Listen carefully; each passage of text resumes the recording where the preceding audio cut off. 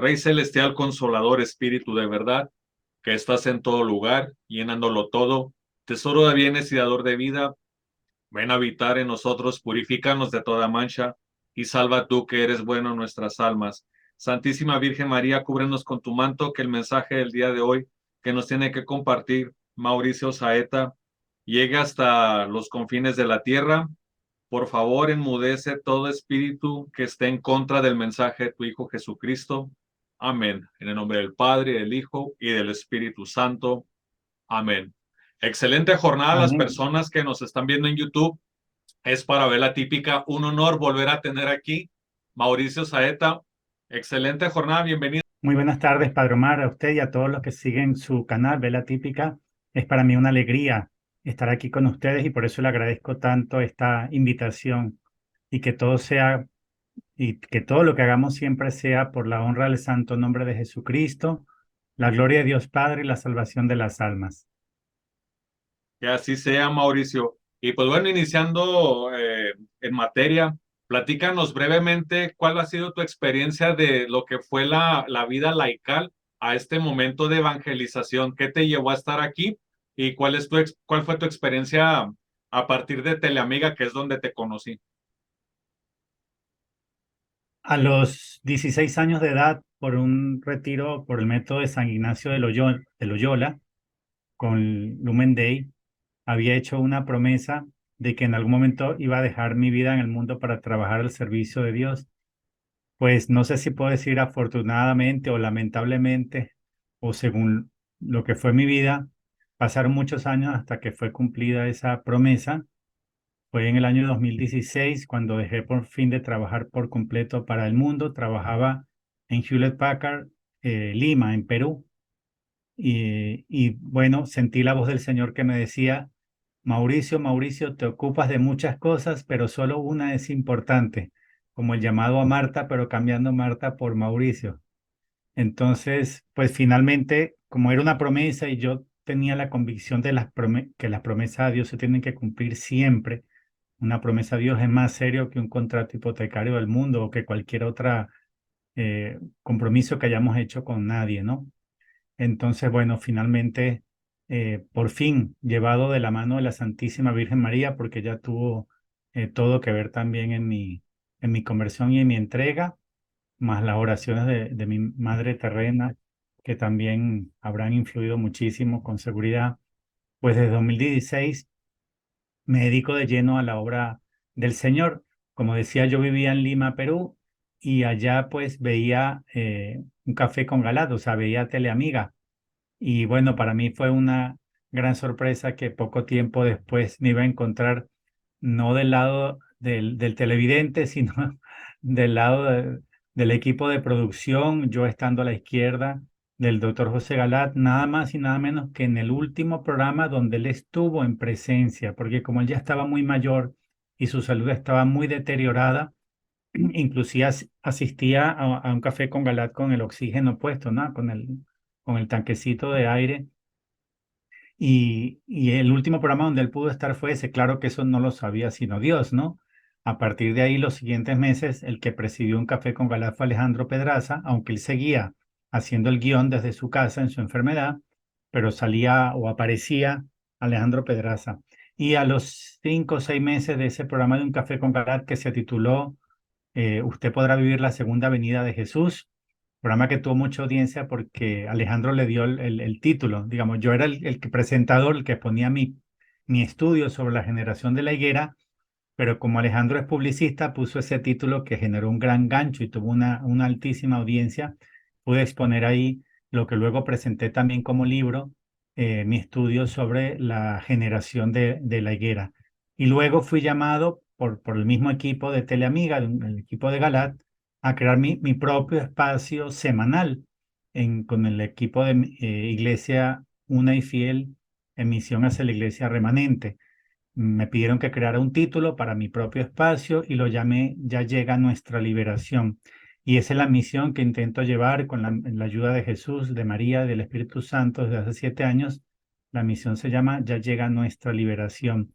Y creo que también conviene decir que antes de que naciera la misión, yo había hecho un viaje a Puerto Rico a visitar a una aparición mariana poco conocida, pero extraordinariamente importante. Para mí es una de las más importantes del mundo por su naturaleza, por lo que duró y por sus frutos. Es la aparición de la Santísima Virgen María bajo la advocación de Nuestra Señora del Carmen, pero en Santa Montaña.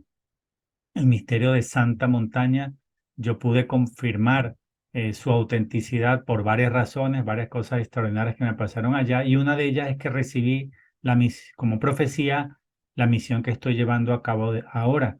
Y de hecho, la profecía se ha ido cumpliendo todas y cada una de sus partes, sin excepción y cumplida al pie de la letra, o sea, sin fallar absolutamente nada. Claro que su cumplimiento cabal tomó aproximadamente unos 5 años, pero allá recibí la profecía, no sabía con claridad en qué consistía y cómo se iba a llevar a cabo, cómo iba yo a viajar, si yo ya no tenía dinero para viajar porque ya había renunciado al mundo, entonces no tenía ingresos. Yo decía, ¿cómo voy a viajar a dar conferencias si yo no tengo ingresos? Porque en el momento que la recibí no la entendía, nunca la puse en duda, o sea, no la cuestioné, no dudé de la profecía, sino que no entendía cómo podía llevarse a cabo. Eso se fue develando con el tiempo. Entonces, bueno, es interesante saber que recibí la misión profética en Puerto Rico, en Santa Montaña, y bueno, la misión está cumpliendo en este momento 7 años con el favor de Dios y para su mayor gloria. ¿Cómo o quién influyó en ti, Mauricio, para que hicieras un estudio tan profundo? Como decíamos en el primer encuentro de esta charla, pasas de una hipótesis a una teoría porque pintas de cuerpo entero las distintas etapas que tenemos que recorrer como humanidad hacia el punto en que ya llegará nuestra liberación. ¿Y alguien influyó en ti, algún libro? ¿Cómo fue este proceso de discernimiento? Sí, buena pregunta y la voy a tratar de contestar bien resumida, pero en los aspectos más relevantes. Lo primero que hice fue, cuando dejé el mundo, fue mi consagración al Inmaculado Corazón de María, los 33 días que justo comenzando un día como hoy, hace 7 años, y terminando un 27 de noviembre, día de la Medalla Milagrosa, que fue el día que mi consagración, y eso creó una transformación espiritual muy grande en mí, muy, muy grande. Y luego, bueno, la cual vino con un deseo de Biblia, de tragarme la Biblia, es un hambre de Biblia, pero impresionante, más fuerte inclusive que el hambre del cuerpo. Era un apetito de Biblia, pero no tanto de conocer por saber, sino más por amar a Dios, o sea, conocer más a Dios para más amarle. Y un apetito grande y voraz de profecías, sobre todo relacionadas con los últimos tiempos, porque creo que el Señor estaba poniendo en mi corazón que estábamos cerca de la segunda venida, cosa que yo fui descubriendo poco a poco en el tiempo con la ayuda de Dios. En ese tiempo yo viví en Lima y mi estudio comenzó afortunadamente por los padres de la iglesia, y Dios puso en mi camino a una gran amiga, se llama Nancy, ahí de Lima, Perú, que me proporcionó todos los primeros libros que yo utilicé en mi trabajo. Así que Nancy fue clave en mi formación inicial, no solo por tantos libros que me regaló, sino porque puso en mis manos lo más importante por lo que yo podía comenzar, que era por los santos padres de la iglesia. O sea que yo dediqué mis primeros años a estudiar desde el siglo primero hasta mediados del siglo VI todo lo que los santos padres de la iglesia nos dejaron sobre el reino de Dios en la tierra, sobre los temas escatológicos, la segunda venida, la parucía, el juicio de los vivos, el juicio de los muertos, etcétera, etcétera. Y entre esos libros, pues uno de los que más marcó el inicio de mi trabajo fue el de San Ireneo de León, que normalmente traducen contra los herejes, pero cuya traducción real del latín es contra las herejías. Es un libro maravilloso que me influyó muchísimo a mí y me ayudó a comprender el misterio del reino de Dios en la tierra, un misterio poco conocido, muy mal interpretado, muy mal entendido, inclusive hasta el día de hoy.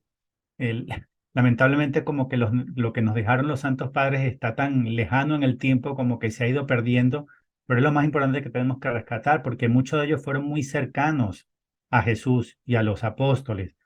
Por ejemplo, San Ireneo de León fue discípulo de San Papía o de San Policarpo, que a su vez fueron discípulos directos de Juan Evangelista. Es decir, Muchos de los santos padres de la iglesia, los primeros, están tan cerca de la enseñanza de Juan Evangelista, de todos los apóstoles, pero refiero con énfasis a Juan Evangelista porque fue el que nos dejó el Apocalipsis, que es el que habla de que Cristo establecerá su reino en la tierra por 1000 años. Entonces, los detalles detrás de eso fueron transmitidos no solo en el Apocalipsis, sino por vía oral de Juan a sus discípulos directos, como Policarpo y Papías, y de ahí a la siguiente generación, que es la generación de San Ireneo de León.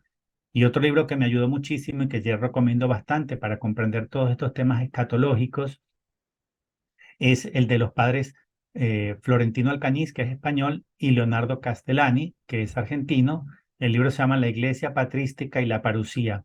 ¿Qué fue lo que hicieron estos dos buenos sacerdotes? Hicieron un trabajo de investigación extenso, profundo e impecable, que les habrá tomado mucho tiempo de trabajo, quién sabe cuántos años, y lo que hicieron fue recoger en su libro todo lo que los santos padres de la iglesia dejaron escrito desde el siglo primero hasta mediados del siglo VI sobre escatología, sobre el reino de Dios en la tierra, sobre la parucía, sobre el juicio de las naciones, el juicio final, etcétera, etcétera. O sea, para el que quiera profundizar en escatología, estos dos libros que acabo de mencionar son absolutamente imprescindibles.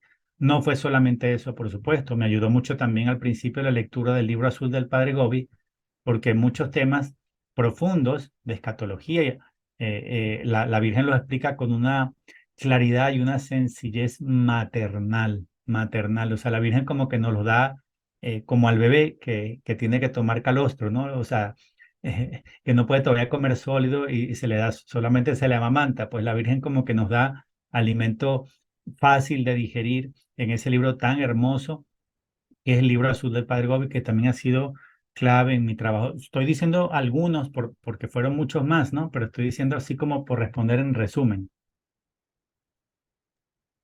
De hecho, bueno, a riesgo de equivocarme, considero que el libro del padre Gobi, le llega a quien le tiene que llegar, Mauricio, porque a mí me lo obsequió una catequista católica que lo rechazaba.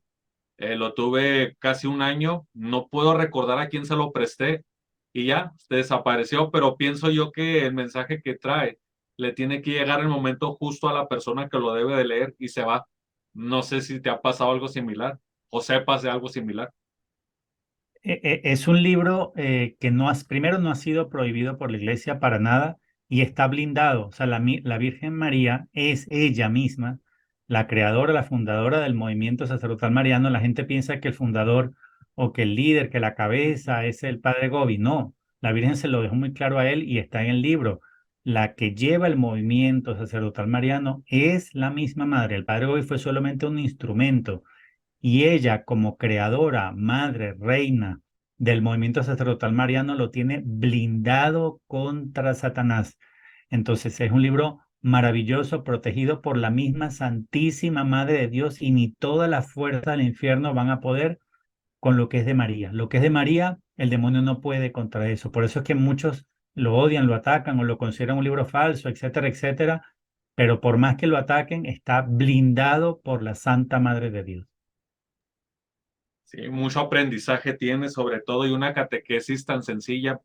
Y bien, Mauricio, en ese sentido va este primer planteamiento de la entrevista original.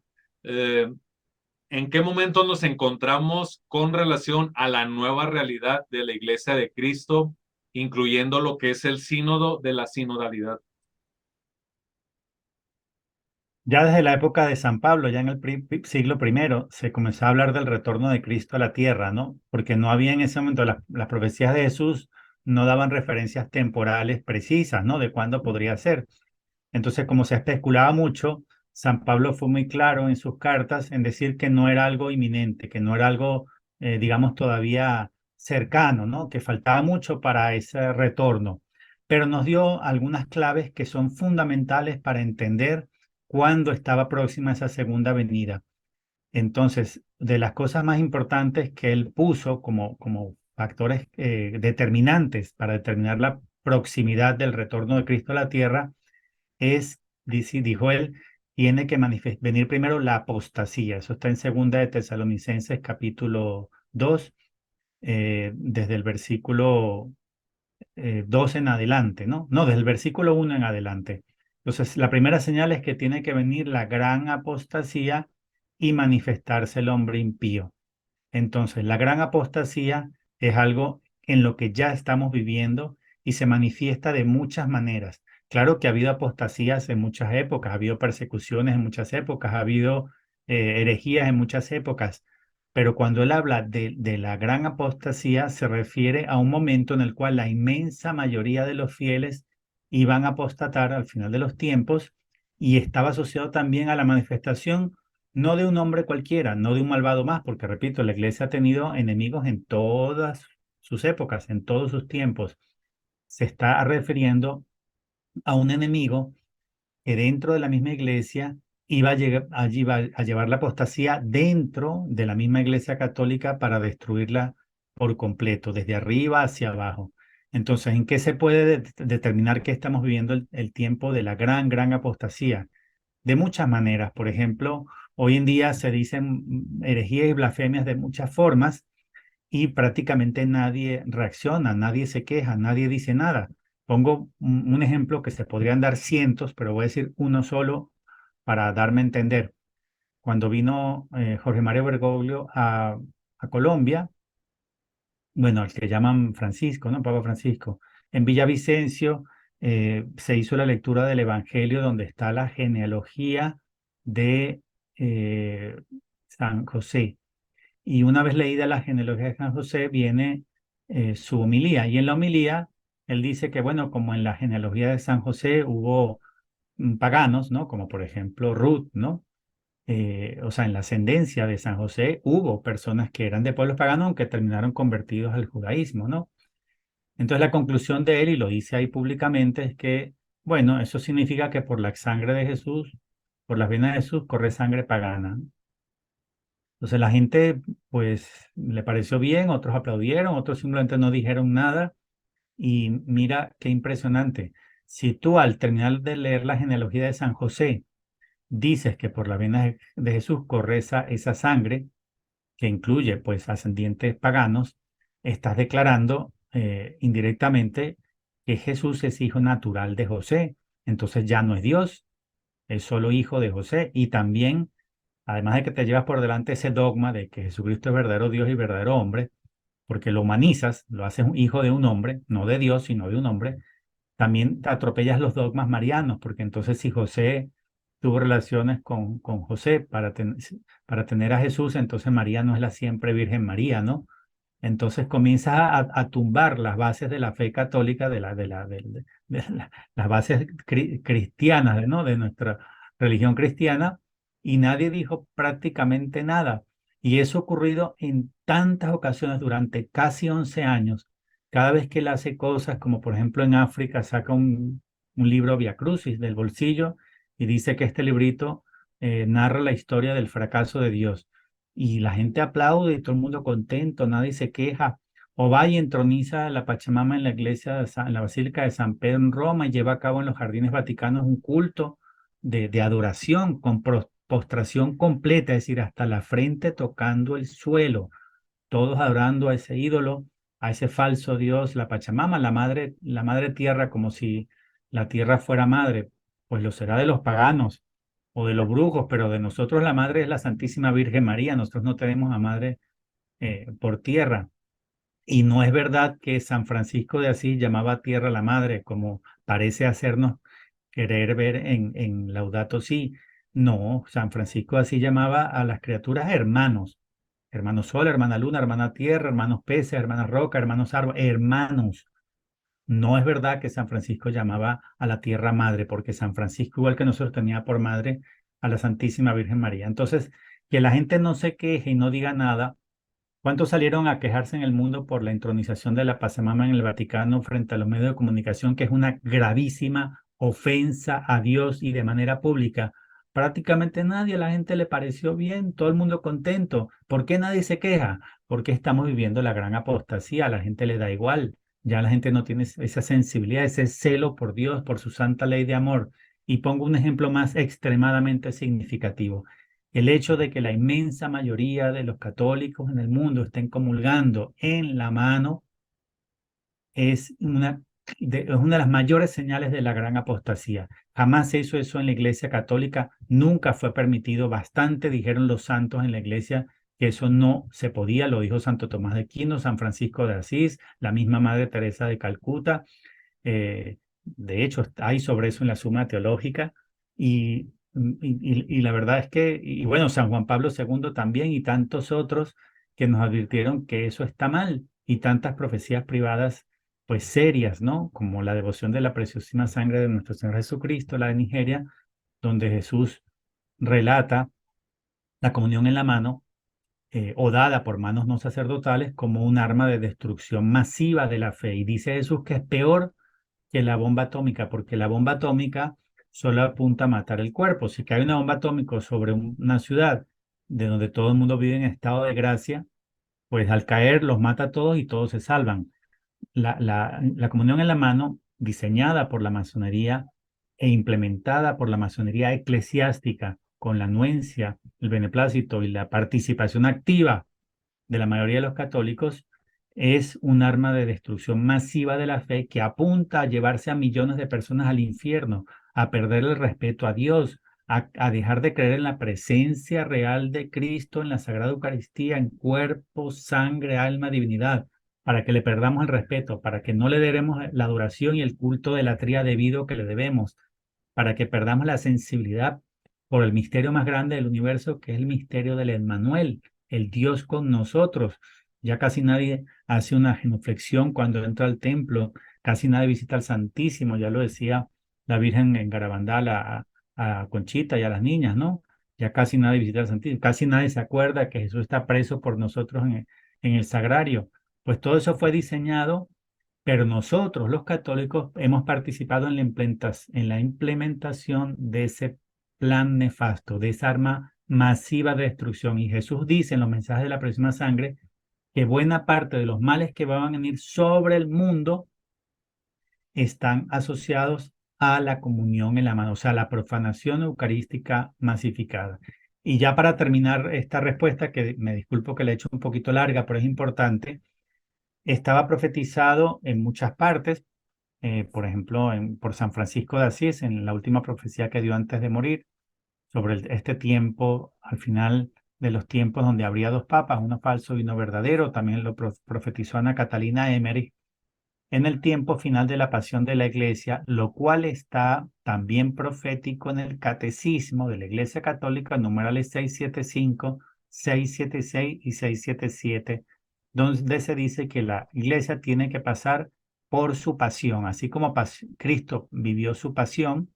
La iglesia tiene que vivir su pasión con todos los mismos pasos de la pasión de Cristo, es decir, la iglesia tiene que ser traicionada, tiene que vivir su Getsemaní, su coronación de espinas, su flagelación, se tiene que ser condenada a muerte, crucificada y asesinada. Y es luego de eso que Dios la rescata, que Dios la resucita, así como Dios resucitó a su Hijo Santísimo, a su unigénito, pues Dios también va a resucitar la iglesia después de que ésta viva su pasión.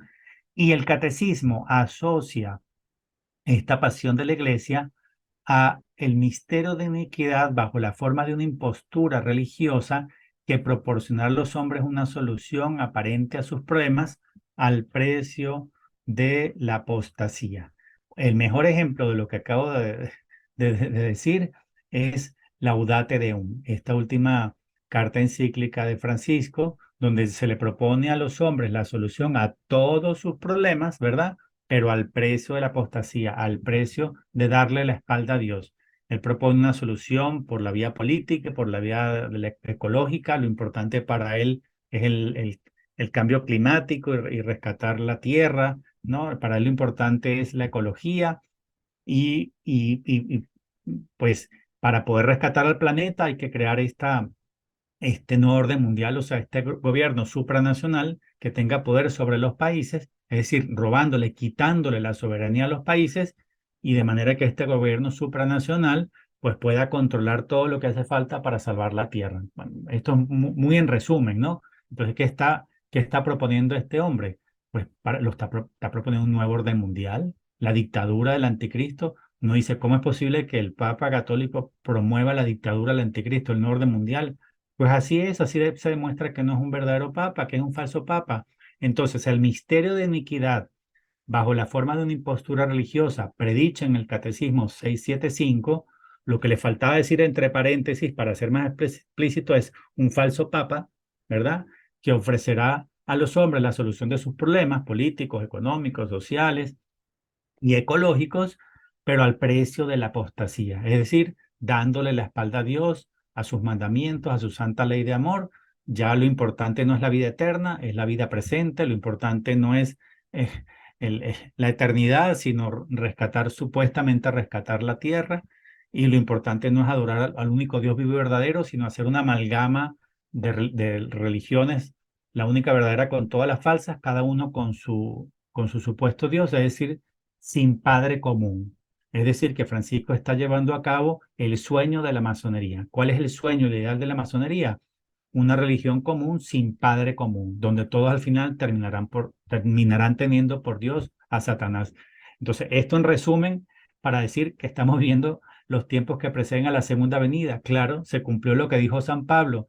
Ya llegamos al tiempo de la gran apostasía, donde la inmensa mayoría de los cristianos ya apostataron, siguen a la ONU, están de acuerdo con la Agenda 2030 y están de acuerdo con unirse a esta abierta rebelión final contra Dios. Y ya se manifestó este hombre impío, porque en la Biblia hay varios, y así como en el Apocalipsis hay varios bestias, pues hay varios hombres malvados, varios hombres impíos. Este, bajo la forma de una postura religiosa, ya se manifestó en el 2013 y su trabajo lo ha demostrado, ha sido destruir la fe, las bases y los dogmas de la Iglesia Católica y preparar el terreno al anticristo. Es decir, cuando se manifieste, ya Jorge Mario Bergoglio le hizo el trabajo de allanar el camino para imponer el nuevo orden mundial. Y en ese sentido, hablando sobre la comunión en la mano, una breve anécdota en el sentido de que la última misa católica a la que tuve que ir, vimos que el sacerdote manda a un laico para que retire del sagrario lo que es el copón con las hostias, tomándolas sin purificador ni nada de por medio, así con la mano. Cuando le acerca al sacerdote para que dé la comunión, este se pone gel en las manos, hablando claramente, me imagino yo del temor de contagiarse de algo, cuando aquí en la iglesia ortodoxa eso está prohibidísimo, Mauricio, el comulgar en la mano, y ni siquiera la ponemos más que una o dos ocasiones al año directamente en la boca. Para eso utilizamos la cucharilla, que es la que es el único ornamento en este caso que permite acercar al feligrés lo que es el cuerpo y la sangre de nuestro Señor resucitado. Entonces, cuando nosotros normalizamos esas situaciones, hermanos como el padre Fortea de España comentaba de que incluso en la iglesia ancestral, por más que investigué, Mauricio, insisto, no encuentro evidencia de esa frase, de esa afirmación, perdón, que dice que la iglesia ancestral se comulgaba en la mano, que al cabo eran los apóstoles y al cabo eran los primeros cristianos.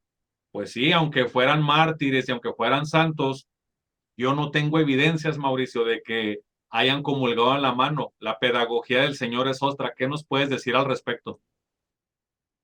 Aprovecho para aclarar a los que lo escuchen que no lo conocen ya usted, que mi amigo el padre Omar pertenece a la Iglesia Católica Ortodoxa, ¿no? Nuestra Iglesia Católica tiene una latina, occidental y 23 iglesias orientales, ¿no? Entonces el padre Omar es de la Iglesia Católica, Ortodoxa Católica.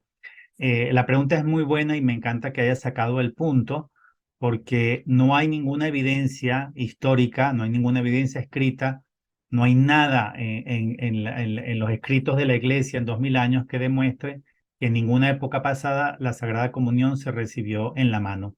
Cualquiera puede hacer esa investigación. Yo voy a referir a un sacerdote fiel que la hizo, o sea, llevó a cabo esa investigación porque él decía si en algún momento, en cualquier siglo, aunque sea en los primeros siglos, hubiera habido tal cosa como la comunión en la mano, eso tiene que haber registro. Y él dedicó mucho tiempo de su vida a hacer esa investigación. Me refiero al sacerdote catalán Agustín Miarnau. Él fue entrevistado en varias ocasiones, una de ellas en NSE Radio, Nuestra Señora del Encuentro Radio, no recuerdo el nombre de la hermanita que lo entrevistó, pero la entrevista sigue siendo pública, está en YouTube y es muy buena, animo a todos a verla. El padre Agustín ya murió hace un par de años o poco más, lamentablemente, pero él expuso el resultado de su investigación y él retaba a cualquiera que no estuviera de acuerdo. No hay ningún registro en la iglesia de que jamás, en ninguna época pasada, en ningún siglo, se haya impartido la comunión por manos no sacerdotales y se haya recibido la comunión en la mano. No lo hay. Hay mucha gente que utiliza argumentos bastante ilógicos, ¿no? Bastante irracionables. Por ejemplo, no, que Jesús mismo dio la comunión en la mano a sus apóstoles.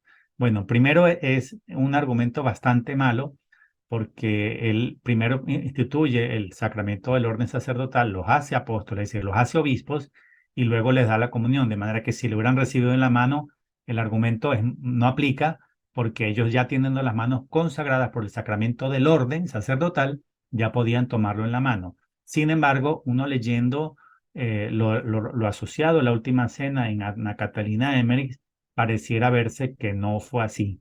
Pareciera entenderse, así es como yo lo entiendo cuando lo he leído, que él le dio la comunión inclusive a sus apóstoles en la boca, no porque no la pudieran recibir en la mano, porque siendo obispos pueden, sino como una enseñanza, es decir, Jesús pues no solamente es nuestro Salvador, también nuestro Maestro y como el principal pedagogo del género humano, para enseñarnos el cómo se hace, se la dio a cada uno en la boca, que no estoy muy seguro cómo fue el caso de Judas. Usted está comentando algo con respecto a eso cuando conversamos en otra ocasión, pero por lo menos a los 11 hay evidencia en la Catalina Emery que se las dio en la boca. Y según la investigación del padre Marnao, nunca, jamás en ninguna época de la iglesia fue dada eh, por manos no sacerdotales y nunca fue recibida por la mano. Y de hecho, yo le puedo casi asegurar, padre, que ningún santo o santa de la iglesia que no fuera sacerdote hubiera osado tal cosa.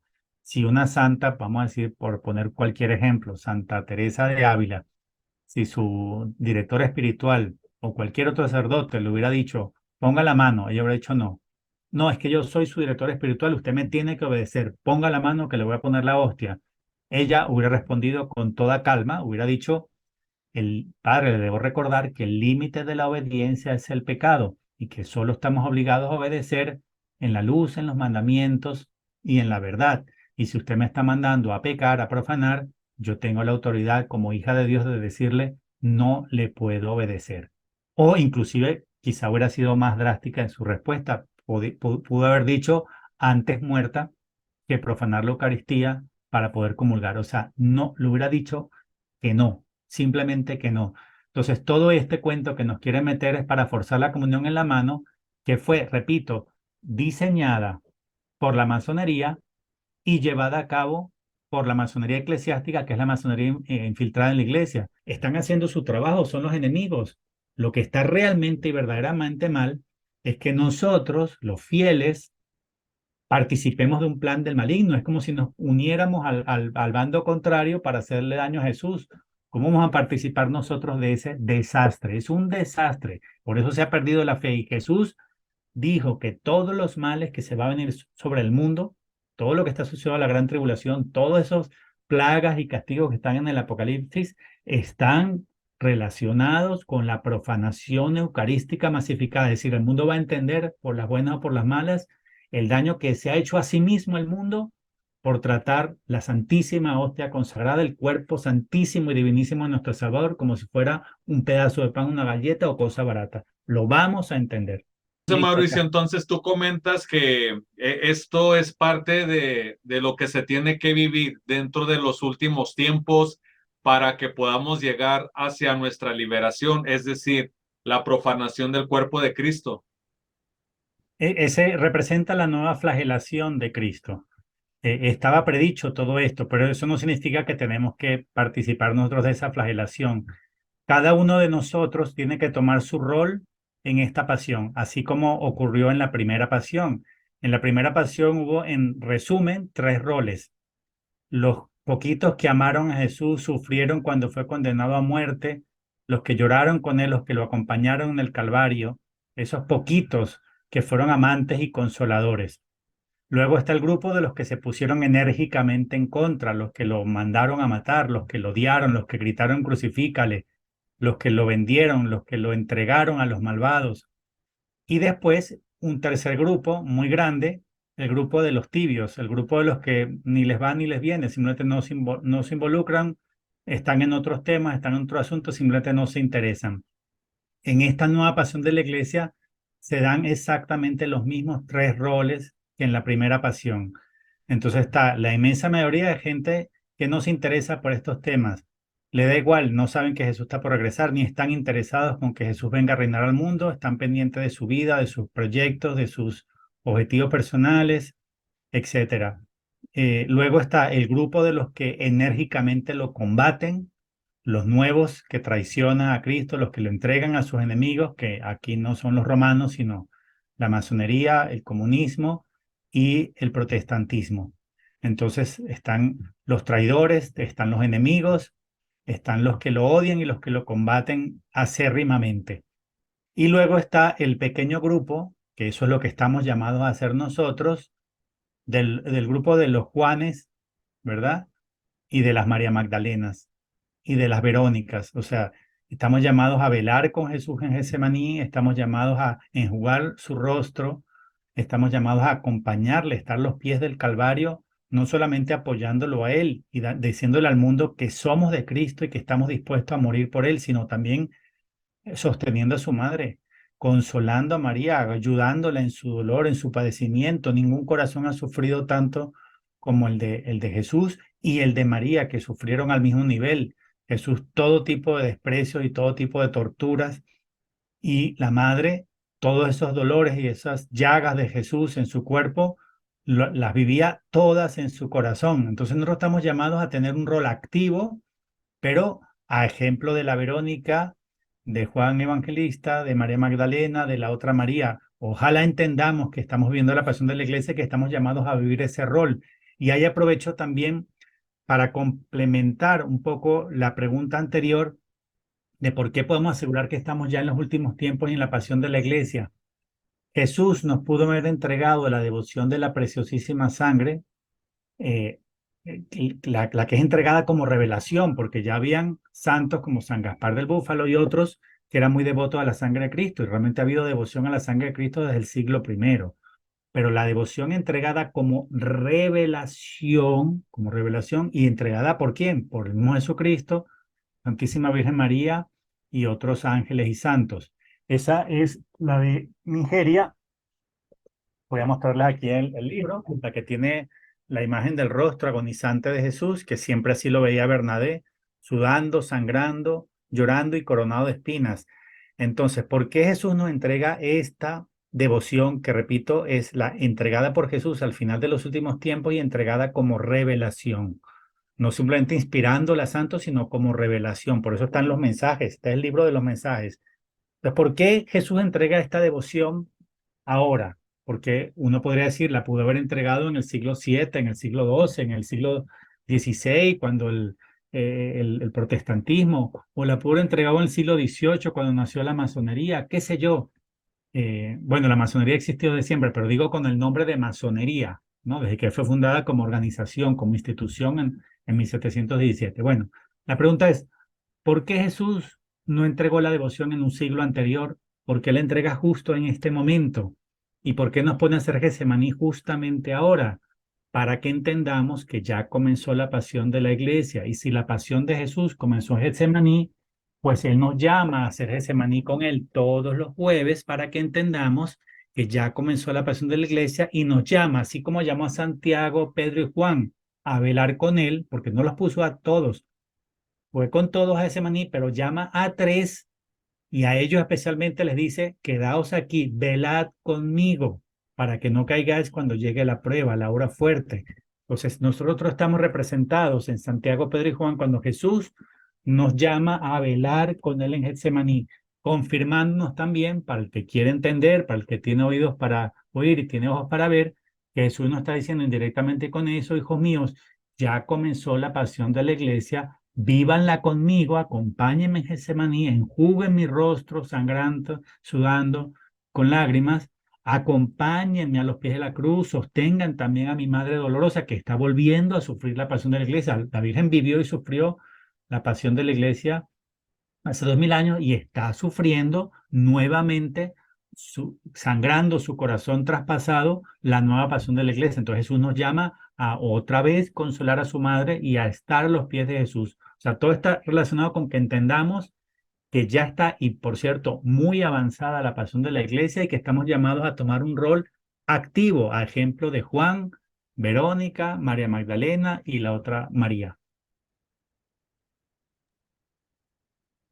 Por cierto, muchos tienen el temor por la sobreinformación que muchas veces no se hace a la luz del Evangelio, sino por lo que nos recomienda YouTube. Yo en lo personal, con la raiza, es decir, la sotana negra de diario, a veces que tengo que salir de un oficio hacia mi casa, no tengo inconveniente, es decir, no me detiene la policía, el ejército, no hay nadie que me vigile. Yo pienso, si estuviéramos ya en la gran tribulación, no podría ni salir con la sotana. Entonces, ¿estamos o no estamos ya en la gran tribulación, a la mitad de la gran tribulación o de la tribulación? ¿Tú qué nos puedes decir? La inmensa mayoría de las personas que se han puesto a conocer de profecías, a estudiar la Biblia y entender los tiempos en el que estamos, sostiene una teoría que yo no comparto de que la gran tribulación comenzó hace varios años. Inclusive la mayoría de los que son muy famosos en redes sociales, de los que tienen muchos seguidores en YouTube, anunciaban que la mitad de la gran tribulación llegó hacia el año 2021 o en el año 2022.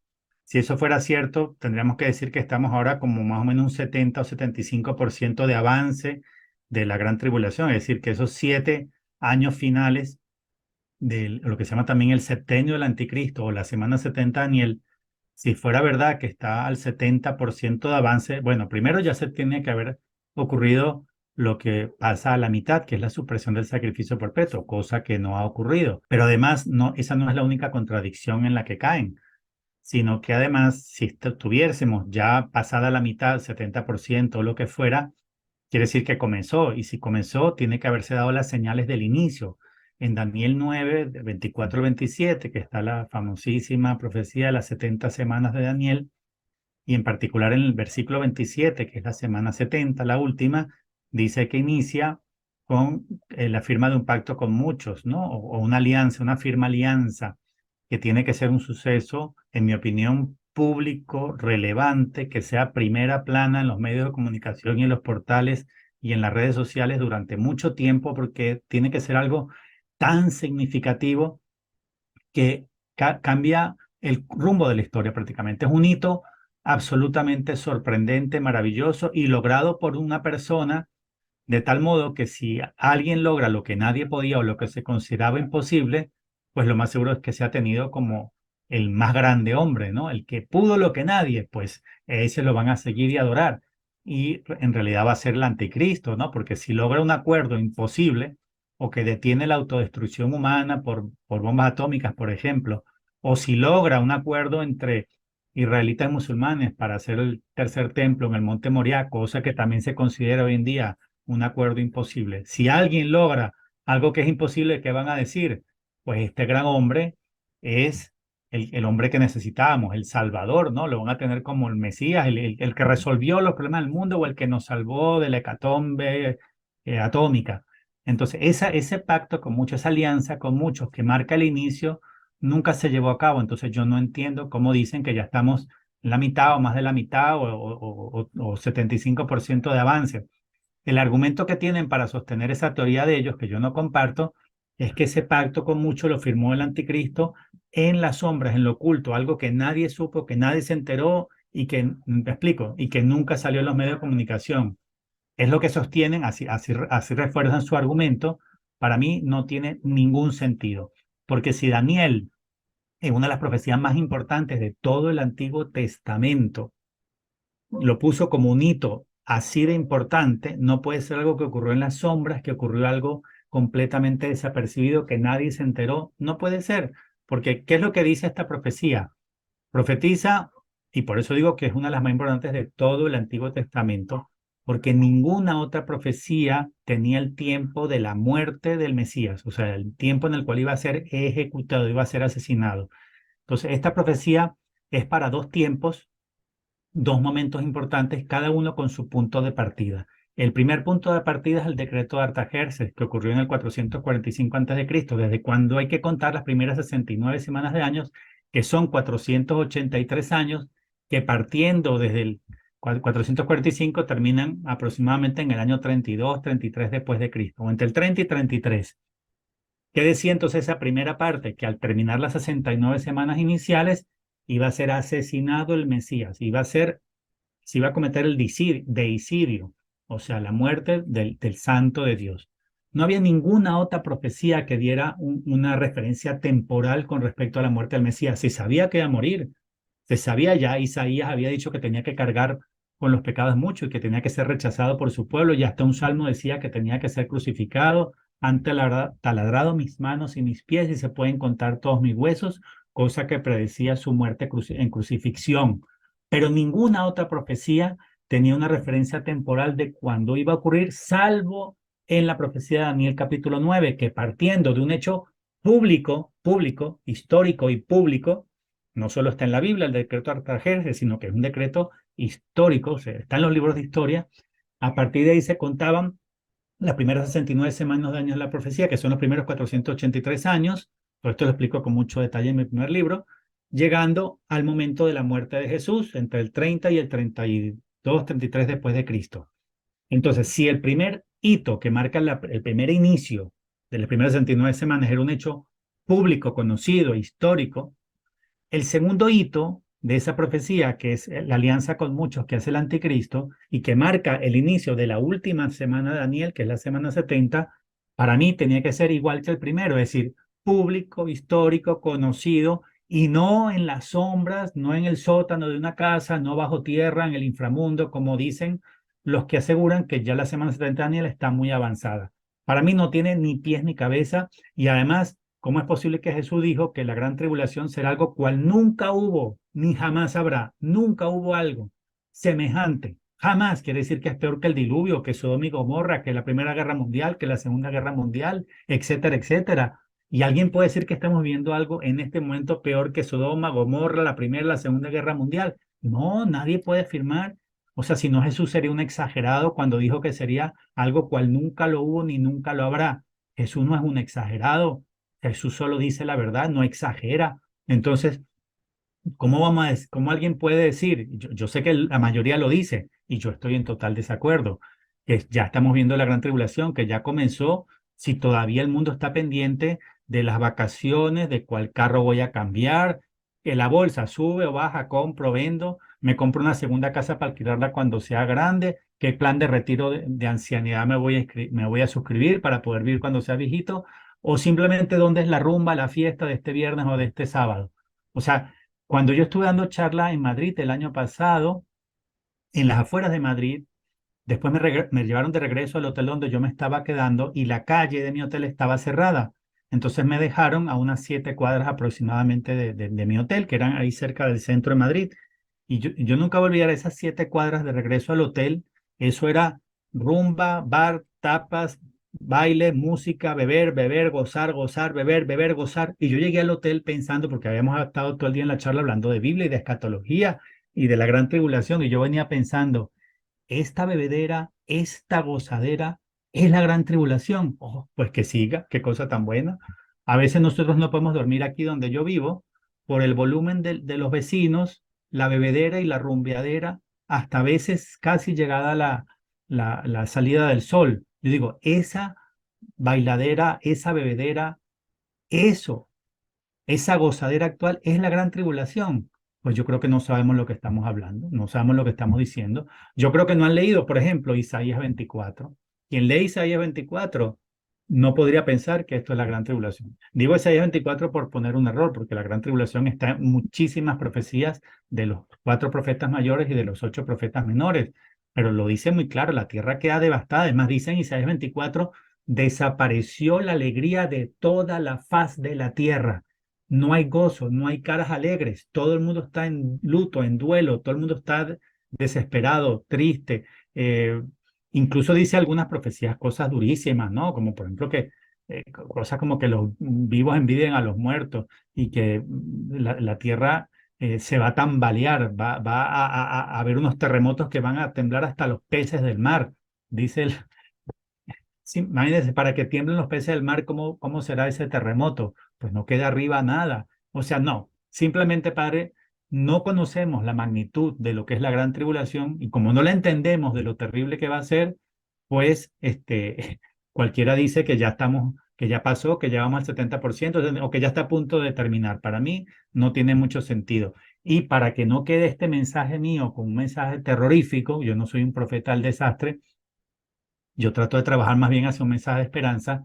Yo le propongo que en otra ocasión grabemos un programa de el Apocalipsis que no nos han explicado. La otra cara del Apocalipsis. ¿Cuál es? El Apocalipsis de esperanza, de boda, de rescate y de coronación de Cristo Rey. Porque el mensaje para los que viven en estado de gracia, buscan y aman a Dios de todo corazón, cumplen los mandamientos y esperan la redención de Cristo, el Apocalipsis es buena noticia. Pero eso lo dejamos para otro programa cuando tengamos la oportunidad. Caray, Mauricio, pues ahora sí que muy convincente, muy claro en la respuesta. Y pues aquí para ir avanzando hacia la última parte, me gustaría que nada más así nos comentaras sobre lo que está ocurriendo, bueno, esta relación que existe, Canaán, Palestina, árabes, musulmanes, Israel como el reloj del tiempo que nos marca sobre lo que son los últimos tiempos, o como dice José Alberto Villasana, los nuevos tiempos. ¿Qué nos puedes compartir, Mauricio?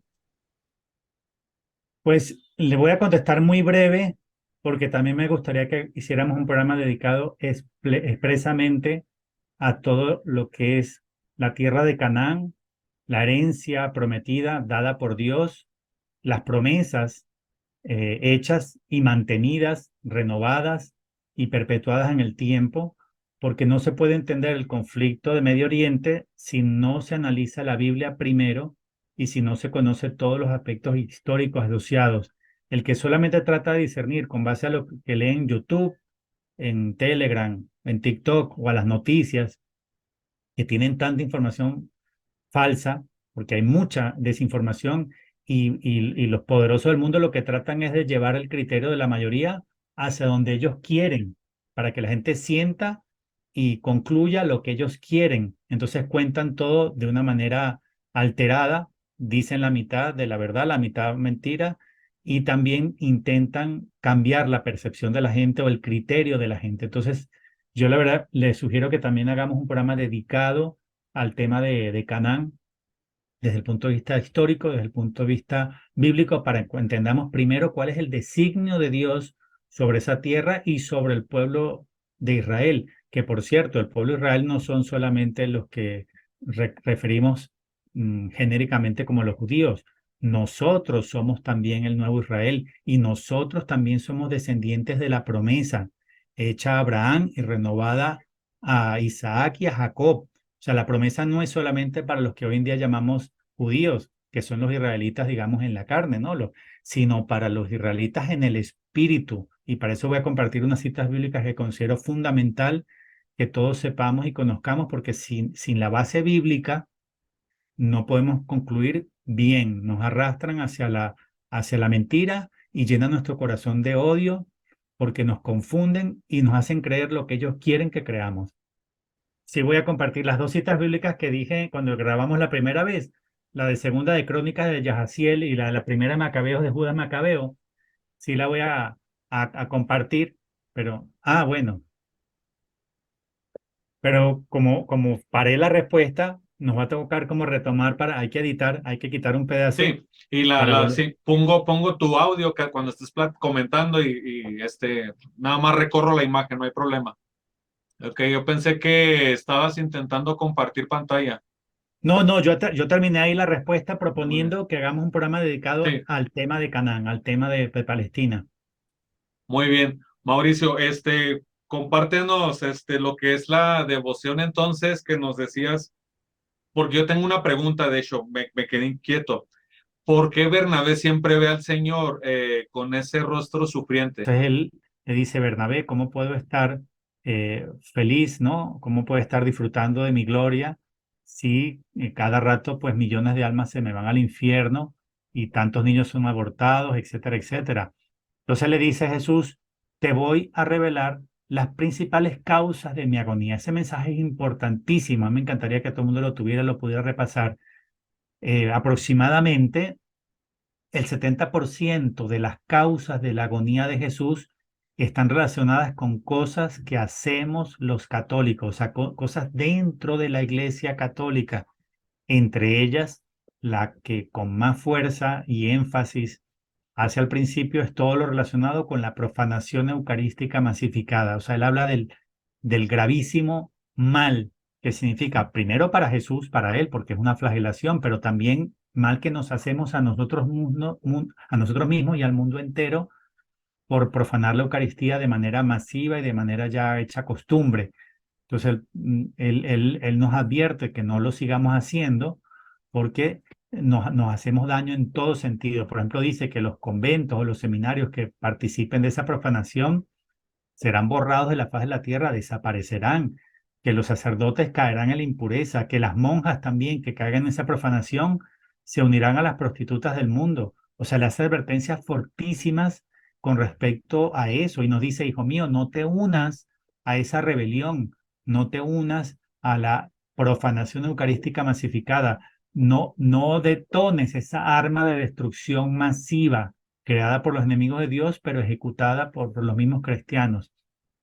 Luego habla de otras cosas abominables que le causan dolor, como el hecho de querer ordenar mujeres, diáconas o sacerdotes, el tema, sí, otros, digamos, temas dentro de la Iglesia Católica que le hacen muchísimo daño.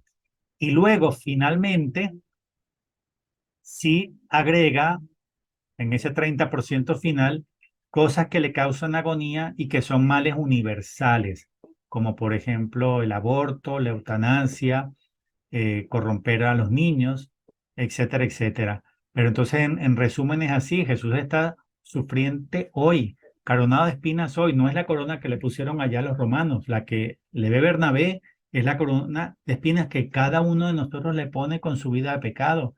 Y cuando se le aparece crucificado a Bernabé, no es el Cristo crucificado por los romanos hace 2000 años en el Calvario, es el Cristo crucificado hoy por los pecados de la humanidad de hoy.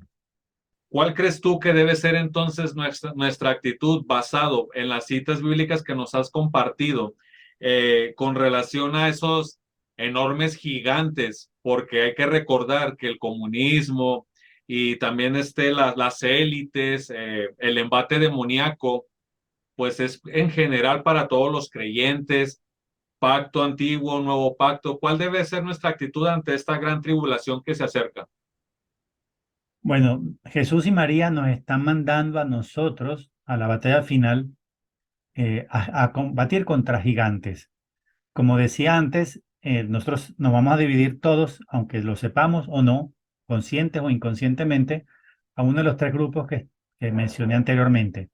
Y nosotros, que tenemos por pura gracia divina, no por merecimiento, sino por gracia, tenemos los ojos abiertos, comprendemos los últimos tiempos, sabemos que Jesús está por regresar y hemos sido llamados por Jesús y por María a dar la batalla. Tenemos que participar de ese grupo, los soldados de Jesús y María, que San Luis María Grillón de Montfort llama los apóstoles de los últimos tiempos. Entonces, ¿cuál es la probabilidad de la victoria si tenemos que luchar contra esos gigantes, ¿no? Protestantismo, comunismo, masonería, y contra los que ostentan todo el poder económico y político a nivel del mundo? ¿Cuál es la probabilidad de victoria? ¿Tenemos que tener miedo o no? ¿O tenemos que llenarnos de fe? Pues primero recordar que la victoria viene de Dios y se la da a su siervo, al que le obedece. Por eso vemos este suceso que es histórico y es a la vez profético, lo de David con Goliat, ¿no? Entonces David representa a los que dan la batalla final en Cristo, con Jesús y con María, y Goliat representa a todos esos poderes que son los dueños del mundo en este momento, no solo los dueños, sino los que gobiernan el mundo en todos sus ámbitos. Entonces nosotros estamos a vencer como David. Nosotros podemos ser el pequeñajo David, ¿no? Que lo tenían como un poco pequeño pastor, pequeñajo, digamos, sin vigor, sin musculatura, sin armas, ¿no? Sin armas físicas, quiero decir, ¿no? Como el Goliat que estaba armado de esa manera. Y sin embargo, Dios le dio la victoria a él porque él estaba honrando el nombre de Dios. Él no hacía por defender su honra. David salió a enfrentar a Goliat por defender la honra de Dios, porque Goliat estaba hablando y el pueblo filisteo estaban hablando en contra de Yahvé, estaban hablando en contra de Dios. O sea, querían humillar a Dios a través de la humillación de su pueblo. Entonces David salió a dar la cara por Yahvé, no por él. Entonces nosotros vamos a vencer si nuestro interés no es luchar por nosotros, sino por la honra de Dios, por la honra del santo nombre de Jesucristo. O sea, si nosotros vamos con esa intención, que es la de darle gloria a Dios, entonces vamos a tener la victoria. Y yo invito a todos a aumentar su fe de que la victoria va a estar de nuestras manos con citas bíblicas que son muy provechosas repasar en estos últimos tiempos. Hay dos que yo llevo escritas en mi corazón y en mi alma con fuego y con sangre que quiero compartirles ya para cerrar esta llamada, esta primera entrevista. Una es de Segunda de Crónicas 20:15, la emite Yahaziel, un sacerdote, que cuando venía una gran muchedumbre a acabar con el pueblo de Dios, obviamente eran tantos los invasores y eran tan poquitos ellos que se sintieron temerosos, pero recobraron la fe ante estas palabras bíblicas que no solo fueron dadas a ellos, sino que están siendo dadas a nosotros en este momento. Dice así: así os dice Yahvé, no temáis ni os asustéis ante esa gran muchedumbre, porque esta guerra no es vuestra, sino de Dios. Esta guerra no es nuestra, es de Dios, es de Satanás contra Jesucristo, es del bien contra el mal, es del cielo contra el poder de las tinieblas. Nosotros no podemos atemorizarnos porque los enemigos sean muchos o tengan armas o tengan poder, tengan dinero, tengan de todo lo que tengan, porque la batalla es de Dios y Dios la va a vencer. Dios no necesita a muchos para vencer, lo que necesita es a un grupo del tamaño que sea, pueden ser pocos, pero santos y obedientes y con celo por la gloria de Dios y por el santo nombre de Jesucristo. Entonces aquí pongo sobre la mesa la otra cita bíblica que quisiera que todos usen, repasen, lean, ojalá ante el Santísimo cuando hagan oración, para que les aumente la fe y el valor, la esperanza en la victoria final que es de Jesús y de María. Es de Primera de Macabeos 3, 18 al 19. Y a través del valiente Judas Macabeo nos dice el Espíritu Santo lo siguiente: es fácil que una multitud caiga en manos de unos pocos. Al cielo le da lo mismo salvar con muchos que con pocos. En la guerra no depende la victoria de la muchedumbre del ejército, sino de la fuerza que viene del cielo. ¿Por qué dijo eso Judas Macabeo? Porque el emperador de turno, el invasor de turno, un tirano, un hombre bastante sanguinario, que era descendiente al trono de Alejandro Magno, pero era menos humanitario que Alejandro Magno, ¿no? Era verdaderamente un hombre implacable, ¿no? Muy sanguinario, es un hombre Antíoco Epífanes. Y él impuso su religión, la religión de los griegos, ¿no? Y sus dioses, principalmente Zeus, pero tantos otros. Y prohibió el culto de todos los pueblos invadidos. Entonces a los judíos les prohibió el culto a Yahvé y les prohibió la celebración del sacrificio perpetuo, según la ley de Moisés, ¿no? Que no es otra cosa que el precursor de la Santa Misa nuestra, ¿no? Es decir, el sacrificio perpetuo mosaico es un anticipo, figura y sombra de la Santa Misa, pero era lo que ellos tenían, su rito, su celebración, su culto a Dios a través del sacrificio perpetuo. Eso fue prohibido y también tener libros sagrados y leerlos. La mayor parte del pueblo, para que no tener problemas con el invasor, mejor dicho, para que no los maten y les alimenten, les llenen el estómago, dijeron, bueno, entonces abandonamos el culto a nuestros padres, abandonamos la ley mosaica, y así nos aseguramos que nos dejen vivir y que nos alimenten. Es decir, apostataron. En cambio, Matatías, el padre de Judas Macabeo, dijo esa otra frase tan hermosa: aunque todo el mundo apostate, yo y mis hijos no lo vamos a hacer. Nosotros preferimos dar la batalla hasta el final. Con ese ejemplo del valiente sacerdote Matatías, se levanta luego su hijo Judas y luego también otros de sus hermanos a dar la batalla.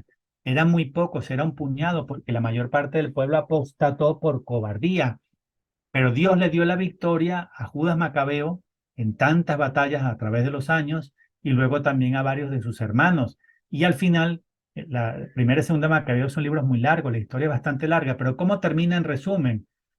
Dios les da la victoria a ellos, terminan echando al invasor, restablecen el culto judío, la ley de Moisés, el sacrificio perpetuo, y no perdieron el templo, no fue destruido. ¿Por qué no fue destruido el templo? No fue destruido el templo, que era el segundo, el de Zorobabel, no fue destruido porque fueron fieles. Entonces, ¿con quién ganó al invasor? ¿Con el pueblo en su mayoría? No, con un puñado de hombres valientes encabezados por Judas Macabeo. Y cada vez que Antíoco Epífanes enviaba un ejército mayor, los mataban a todos. Y enviaba una tropa mayor y otra vez acababan con todos.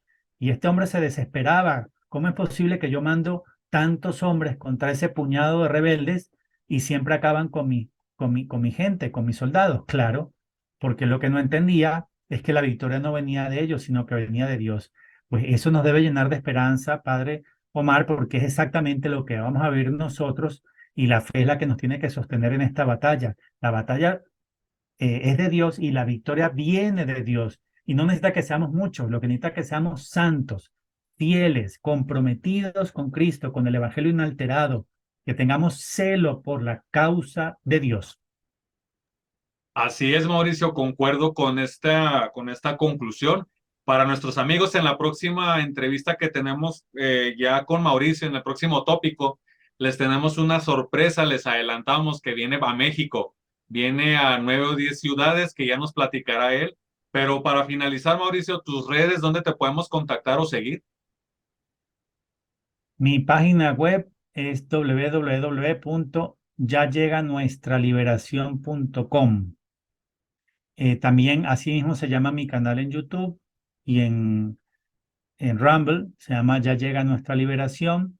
Por ahí también yo publico las fechas de los viajes, en qué ciudades voy a estar, en qué momentos. Primero viene el viaje a República Dominicana, que viajo en una semana. Al regresar viene el viaje a Guatemala y después a inicios de diciembre voy a México. Ya pronto publicaré en qué ciudades voy a estar en México, comenzando el mes de diciembre. Muy bien, pues muchísimas gracias, Mauricio. Que el Señor y la Santísima Virgen María te sigan acompañando en tu ministerio. Hasta la próxima. Gracias, Mauricio. Gracias, Padre. Amén. Dios lo bendiga a usted y a todos los que escuchan y siguen Vela Típica.